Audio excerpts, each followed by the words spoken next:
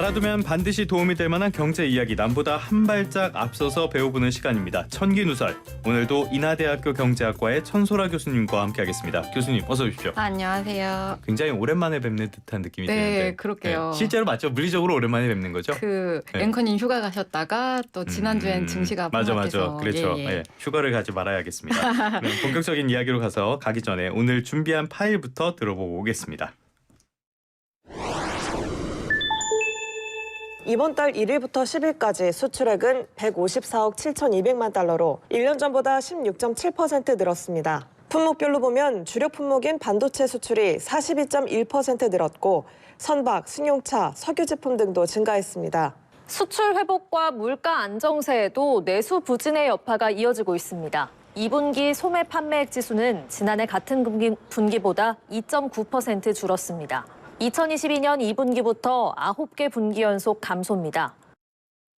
네, 파일을 들어봤는데 지금 상황을 보면은 무역 수지 괜찮고 경상 수지 중에 뭐 상품 수지 이런 것도 괜찮고 네. 그런데 내수는 꽝이고 이런 상황 맞는 거죠? 네, 그래서 뭐 내수는 부진한데 수출은 양호한 흐름, 이렇게 좀 차별화된 상황이다, 이렇게 보시면 될 것 같고요. 우리가 1분기 생각해 보면 1분기 GDP 반짝 성장했을 때 수출도 좋고 총소비도 좋네, 막 이런 얘기를 그렇죠, 했었잖아요. 그렇죠. 근데 뭐 그때 얘기했던 게 좀 일시적 요인들이 있었다 이랬잖아요. 맞아요, 그래서 이제 맞아요. 2분기 지나고 봤더니 이제 건설도 좀 부진한 흐름 맞고 소비도 마이너스, 그래서 내수도 마이너스로 가고 있지만 수출은 좀 플러스의 양호한 흐름, 이렇게 좀 차별화가 있다, 이렇게 보시면 되겠습니다. 내수라는 게 조금만 짚고 넘어가자면은 소비랑 그 1대1로 대응되는 게 맞습니까?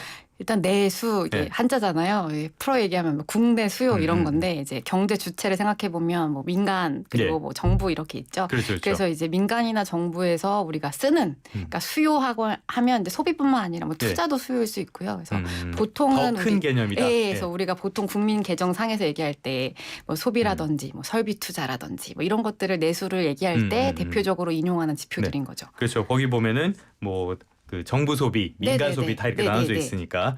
알겠습니다. 그러면 지금 소비라는 게 얼마나 어려운 상황인 건지 이 부분도 살펴봐야 하겠는데, 지금 우리가 계속 방송에서도 미국 걱정을 해주고 있는데 우리가 미국 걱정해도 되나요? 근데 제가 개인 투자자 입장에서 보면 요새는 또 개인 미국에 투자하시는 분들이 많아서 미국 경제에 대한 관심도가 예전보다 굉장히 많이 증가한 것 같아요. 저도 좀 깜짝 놀랄 정도로 아침에 외신이라든지 미국 증시 이런 수요가 많아서 좀 놀랄 정도예요. 그리고 이게 국내에 이제 여러 분들이 이제 경제에 대한 관심도가 높아지면서 이제 미국 금리 정책이 한국에 완전히 독립적이진 않다라는 사실을 안 거죠. 그래서 이제 이런 것들의 관심도가 좀 높아지지 않았나, 저는 개인적으로 생각은 하고 있습니다. 알겠습니다. 지금 우리나라 경제가 그렇다면 경기 침체, 그러니까 내수가 안 좋은 게 경기 침체의 좀 신호로 볼 수 있는 것인지, 이 부분은 어떻게 보세요?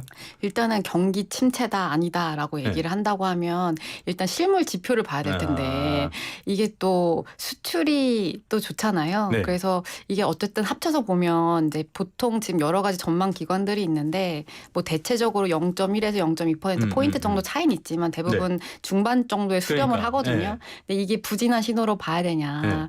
이제 한 가지는 이제 작년이 너무 안 좋았으니까 올해 좀 기저효과 때문에 올라갔다, 이런 시각도 있는데 그래도 수출이 어느 정도 좀 회복되는 건 맞는 거죠. 어느 뭐 반도체 같은 건 굉장히 잘 되고 있잖아요. 지금. 또 내수만 놓고 우리가 경기를 얘기하기에는 수출이 상당히 우리나라의 큰 부분을 차지하고 있기 때문에 이제 경기 침체라고 보기에는 어렵다, 저는 개인적으로 생각을 하고 있습니다. 알겠습니다. 지표상으로는 그런데 문제는 우리에게 와닿는 게 이게 와닿지가 않는다는 건데, 이게 수출이 잘 되면은 어떤 낙수 효과라고 해야 될까요? 수출이 잘 되면서 이런 것들이 온기가 경제 전반에 좀 퍼져나가고 이런 효과들이 기대가 돼야 되는데 지금은 그런 모습들이 잘 안 보이잖아요. 왜 그런 겁니까? 일단은 앵커님이 말씀하신 것처럼 수출이 잘 되면 관련 기업들이 이제 많이 파니까 이윤이 증가하고 우리 잘 팔리네, 관련 설비를 증가해 투자가 증가되고 성과급도 주고 회식도 하고 임금도 늘어나고 이분들이 또 쓰잖아요. 그럼 제가 지금 벌써 말한 그 고리가 한 4단계를 얘기를 했단 말이에요.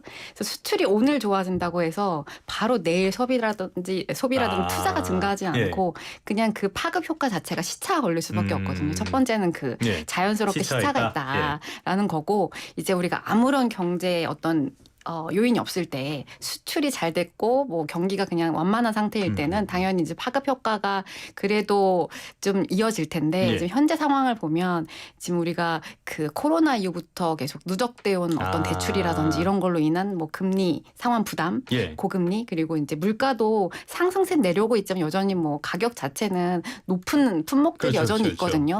그리고 이제 뭐 환율이라든지 이런 것들이 워낙 좀 불안정한 요인들도 있기 때문에 이런 것들을 종합해 보면 이제 수출의 파급 효과가 원래도 시차가 있지만 바로 또 파급되기에는 여러 가지 장애물들이 있다. 이렇게 보시면 되실 것 같습니다. 알겠습니다. 시차와 그 시차를 더 늘리는 장애물들 이런 것들이 있다 보니까 우리나라 경제 성장률 전망치 말씀하신 대로 2%대 중반 이 정도로 가고 있잖아요. 이런 것들도 좀 약간 하향 조정된 거죠, 이것도?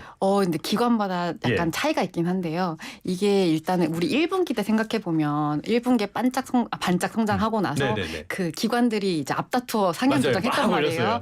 그래서 이제 그러다가 이제 좀 최근에 내수 지표들이 발표되면서 이제 뭐 KDI를 비롯한 IB들 좀 하향 조정하는 상태고 이제 하나는 이제 8월 금통위에 또 경기 수정 전망을 발표할 텐데 이번에 나온대군요. 근데 어떻게 될지는 잘 모르겠지만 IMF도 상향을 한 거거든요. 2.5. 그래서 대부분 지금 하향 조정을 했지만 그래도 한 2% 중반대에서 뭐 한 1%포인트 0.1 정도의 차이 정도 뭐 이렇게 생각을 하면 될 것 같습니다. 알겠습니다. 지금 경제 특히 내수가 안 좋은 거는 역시 고금리와 고물가 이게 길어지고 있는 것들을 들 수가 있겠는데 그래서 좀 전에 KDI 말씀을 해주셨잖아요. KDI에서 한국은행을 저격을 했어요. 어떻게 보셨습니까? 그게 이제 몸담으셨던 분으로서 친정에서 아니 저격이란 표현이 맞는지 모르겠는데 이게 제가 좀 사실은 세게 얘기를 했습니다. 노리저의 칠격자로.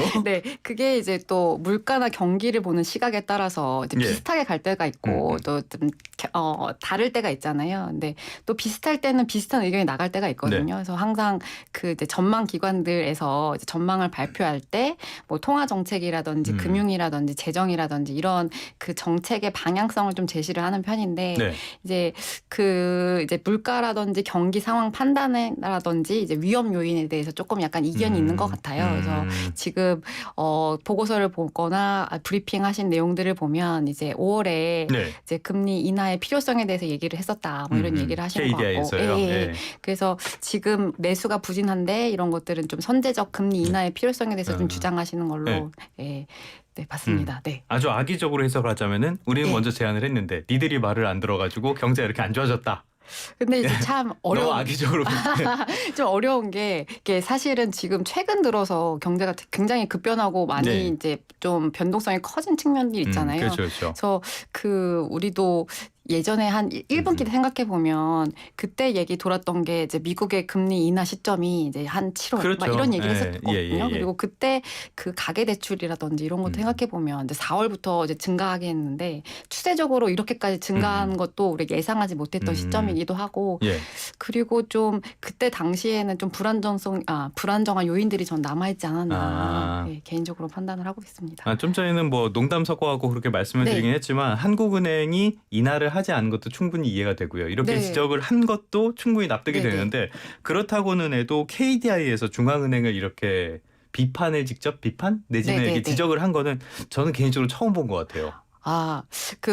이제 가끔 이렇게 통화 정책 방향에 쓰긴 썼는데 이제 요새 또 그 이슈가 많이 되다 보니까 언론에서 좀 많이 받지 않았나. 가끔 담겼던 내용입니까? 늘 이렇게 통화 정책 방향을 써왔거든요. 근데 이제 최근에는 금리 인하 시점이 언젠가 이런 거에 대해서 굉장히 관심이 높아졌기 때문에 그리고 언제 이것을 또 피벗을 할 건가 이런 거에 대해 관심도가 그 여느 때보다 높은 상황이 아닌가 이렇게 생각을 하고 있습니다. 그러면 아주 뭐 이례적인 일은 아니라고도 할 수가 있겠네요. 개인적으로 늘 해왔다. 알겠습니다. 저격이라보다는 통화 정책 방향에 대한 제안은 늘 해왔던 일이죠. 그거야 뭐 사실 제가 저격이라고 해서 너무 세게 된 것 같은데 모든 경제 주체들이 다 하는 일이니까 그거야 자연스러운 일이라고 생각을 하고요. 그런데 만약에 7월에 금통위에서 기준금리를 낮췄다. 네. 그랬다면 내수 상황이 지금보다는 더 나았을 가능성 있다고 보십니까? 이게 7월에 낮췄다고 해서 또 바로 올라오는 건 아니잖아요. 네. 또 시차가 또 존재하기 때문에. 거기다 뭐 25bp 정도였을 것이고. 네, 그리고 지금 좀 그 한국은행도 그렇고 여러 좀 금리 인하의 시점에 대해서 우려를 포하는 경제학자들이 우려하는 바는 네네. 뭐 가계 부채 급등세 뭐 이런 건데 사람들이 이제 금리 인하의 기대감만으로도 어떤 그 맞아요, 자산 가격의 맞아요. 상승이 일어날 수 있고 대출 상승세가 네. 일어날 수 있거든요. 그래서 이것이 바로 실물로 이어지지는 우리가 확인하지는 못했을 거다 이렇게 생각을 하고 있습니다.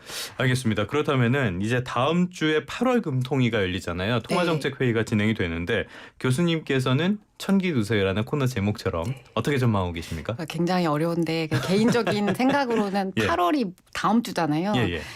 지금 현재 나온 지표만으로는 금리 인하를 하기 상당히 부담스러운 아직은. 시점이 아닌가라고 생각은 하고 있습니다. 네, 그렇게 보시죠. 이제 첫 번째로는 아까 방금 말씀드린 그 가계 부채 음. 급등세가 하나인데요.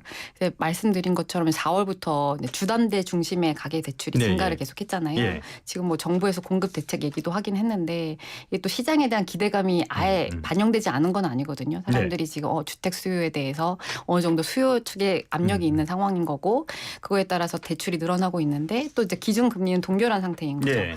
그래서 이런 것들이 이제 금리를 인하했을 때 효과를 우리가 예상을 하는 것이 소비라든지 이런 것들이 늘어줘야 되는데 오히려 뭐 대출을 자극하고 예. 집값 상승을 부추긴다고 하면 이런 것들은 또 금리 인하의 효과가 우리가 예상했던 것들은 아닌 거죠. 네. 예, 이런 것들을 생각해 봤을 때 좀 더 좀 금융시장의 안정세를 점검해 봐야 되지 않을까라는 제 보수적인 의견입니다. 알겠습니다. 가계 네. 빚이나 부동산 불응 같은 문제가 있기 때문에 조금 더 상황을 지켜봐야 될 것 같다. 네네네. 예. 그러면 언제쯤이야 내릴 수 있을까요? 일단은 이제 그게 첫 번째고요. 예. 두 번째는 또 미국을 떼놓고 생각할 수는 그렇죠. 없는데 이게 또 미국은 FOMC가 이제 9월에나 있잖아요. 예. 그래서 이제 9월 지나고 나서 좀 우리가 좀 심각하게 고민을 할 것 같은데 네. 어쨌든 지금 기준금리 격차가 유지되고 있는 시점에서 이제 선제적으로 금리 네. 인하를 하게 되면 이제 물론 독립적으로 이론적으로는 통화 정책이 수행되는 게 맞지만 이게 또 국제 금융 시장에서의 자본 이동이 있을 수도 있고 뭐 한은에서도 그거는 뭐 네네네. 미국에서 독립하기 어렵다라고 네네. 공식적으로 말씀을 하시니까. 네. 그리고 예. 환율이 지금 또 굉장히 높은 수준을 유지하고 예. 있잖아요. 또 수입 물가 채널을 통해서 영향을 아예 주지 않는다는 또 보장도 없고. 그렇죠, 그래서, 그렇죠. 예, 또 이제 7월 소비자 물가 생각해 보면 이제 석유류라든지 농산물이 오르긴 했었는데 이게 뭐 일시적일지 또 추가적인 뭐 위험 요인이 있을지 이런 것들은 좀 더 지켜봐야 하지 않을까. 네. 네, 이런 생각을 하고 있습니다. 알겠습니다. 환율도 큰 변수죠. 환율이 1달러에 1,000원이 2,000원이 되면은 네. 수입해오는 원자재 가격은 2배가 되는 네, 거니까 맞습니다. 굉장히 큰 문제가 될 수밖에 없을 것 같은데요. 그런데 그 미국에 앞서서 금리를 먼저 내린 나라들이 좀 있잖아요. 캐나다, 네. 그리고 유럽이었나요? 유럽. 네. 네. 이런 나라들도 선제적으로 내렸는데 그렇다면 우리도 8월에 한번 검토는 해볼 수 있는 거 아닌가요? 근데 이제 네. 제가 좀 각국의 경기 상황에 네. 맞춰서 이제 우리가 금리 정책을 필 네네. 텐데 우선은 이제 물가와 경기를 짚어보면 이제 유로존이라든지 뭐 영국도 그랬고요, 예. 뭐 캐나다도 그렇고 이제 경제 지표들이 국내 경기에 비해 상당히 더 안 좋았습니다. 아. 유로존 같은 경우에는 지금 뭐 전망하는 기관들도 예. 1% 넘지 않거든요. 그렇죠. 뭐, 예, 굉장히 안 좋은 네. 상황이고. 천하의 독일이 이렇게 될 줄 네. 몰랐어요. 그러니까 그거 덕분에 이제 금리를 많이 올린 효과로 볼 수도 있는데 이제 금리도 이제 국내의 금리보단 상당히 높은 수준인 거죠. 뭐 네. 4% 이상인 거고 그리고 이제 물가도 많이 떨어졌고 이런 상황에서 이제 금리 수준도 높고 아하. 경제 상황은 더 안 좋았고 네. 그래서 이 상황을 국내에 과연 직접적으로 적용할 수 있을까라는 의문이 있고요.